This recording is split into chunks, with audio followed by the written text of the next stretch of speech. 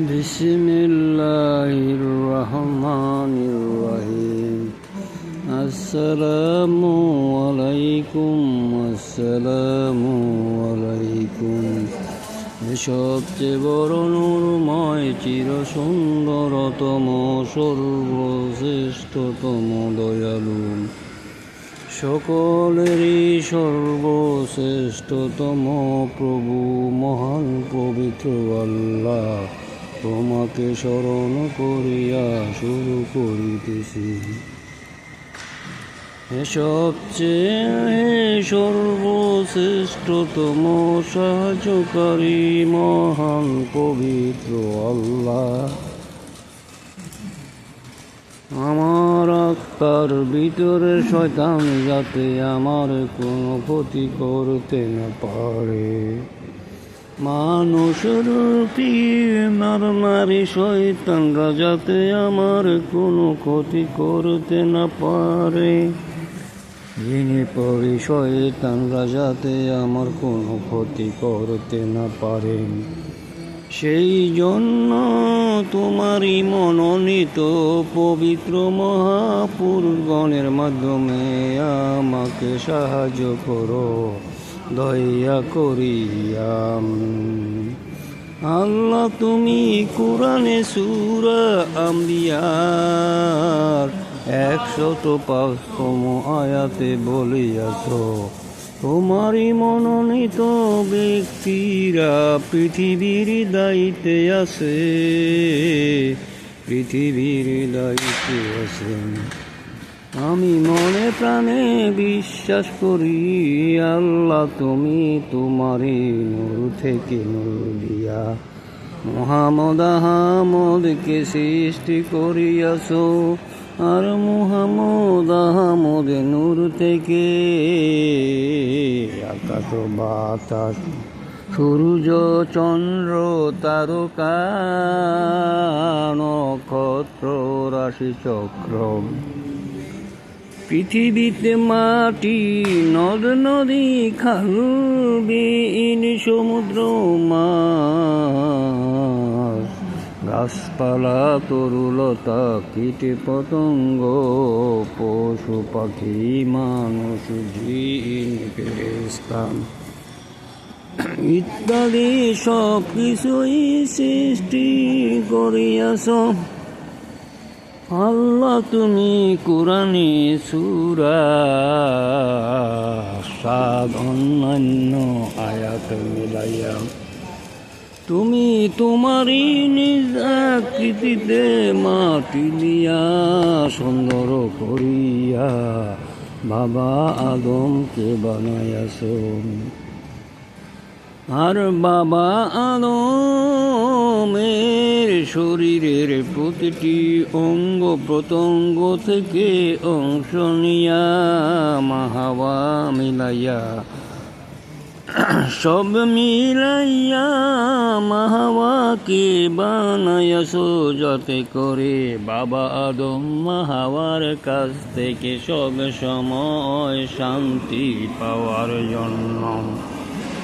সূরা রুমের 21তম আয়াত সংখ্যায় আল্লাহ, তুমি মানুষের আত্মার মধ্যস্থানে থাকো। সূরা জারিয়াতের 21তম আয়াতে আমি আরো বিশ্বাস করি, আল্লাহ, তুমি সূরা হিজরের 44 থেকে 37 থেকে 44তম আয়াত পর্যন্ত শয়তান ইচ্ছা করিয়া তোমারই অনুমতিতে মানুষের আত্মার ভিতরে থাকিয়া তোমারই চতুর্পার্শ্বে ঘোরাঘুরি করে, অর্থাৎ শয়তান হলো আল্লাহ তোমারই দেহরক্ষী। আল্লাহ, তুমি সকল জিন মানুষের কর্মের বিচার করিবা হাসরের মাঠে। সূরা ফাতিহার 3য় আয়াত সহ আরো অনেক আয়াত আছে। আল্লাহ তুমি সৎকর্মশীলদেরকে সবচেয়ে বেশি ভালোবাসো।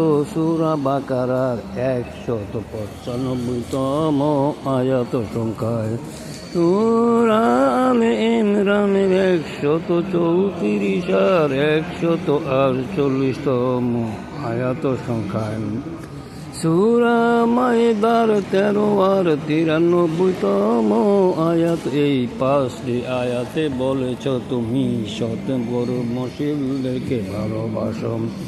কোরআনের কোথাও লেখা নেই নামাজ যারা পড়ে, যারা রোজা রাখে তাদেরকে ভালোবাসো। আল্লাহ তুমি কোরআনের বিভিন্ন আয়াত মিলাইয়া সূরা আম্বিয়ার 73তম আয়াতে বলেছ, সৎকর্ম আর নামাজ, সৎকর্ম আর প্রার্থনা, সৎকর্ম আর সালাত এক নয়।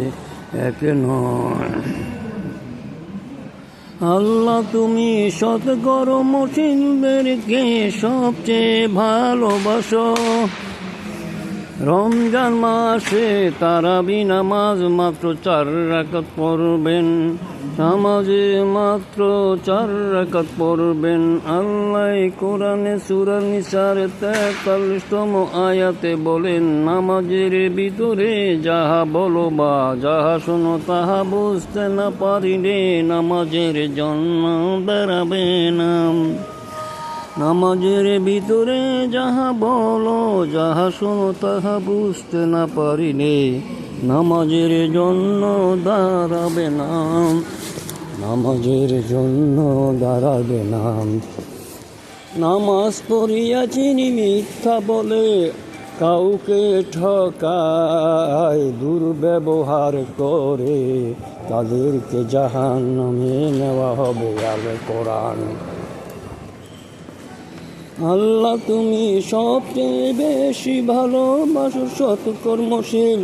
তারাবি নামাজ পড়বেন মাত্র 4 রাকাত। কোরআনের ভিতরে এমন আয়াত আছে নামাজের ভিতরে সেইভাবে পড়িলে শিরকের চেয়েও বেশি বড় গুনাহ বা অপরাধ হবে।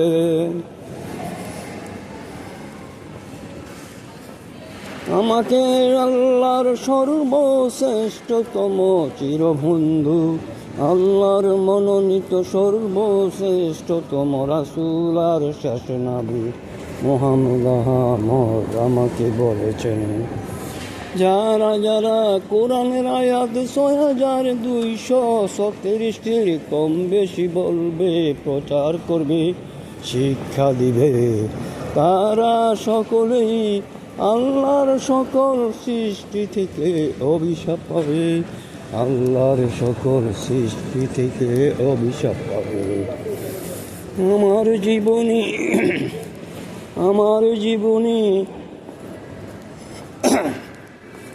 আমার 7 পুরুষ পর্যন্ত তাদের নাম মুসলমানদের নাম হিসাবে লেখা আছে।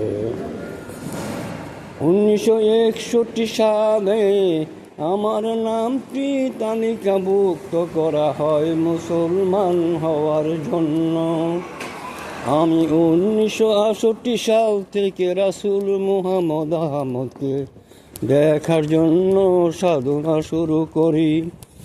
আমার দাদি বলতেন 12 বছর সাধনা করবি, না পাইলে আরো 12 বছর করবি, তাও যদি না পাও আরো 12 বছর সাধনা করবি, অবশ্যই পেয়ে যাবি।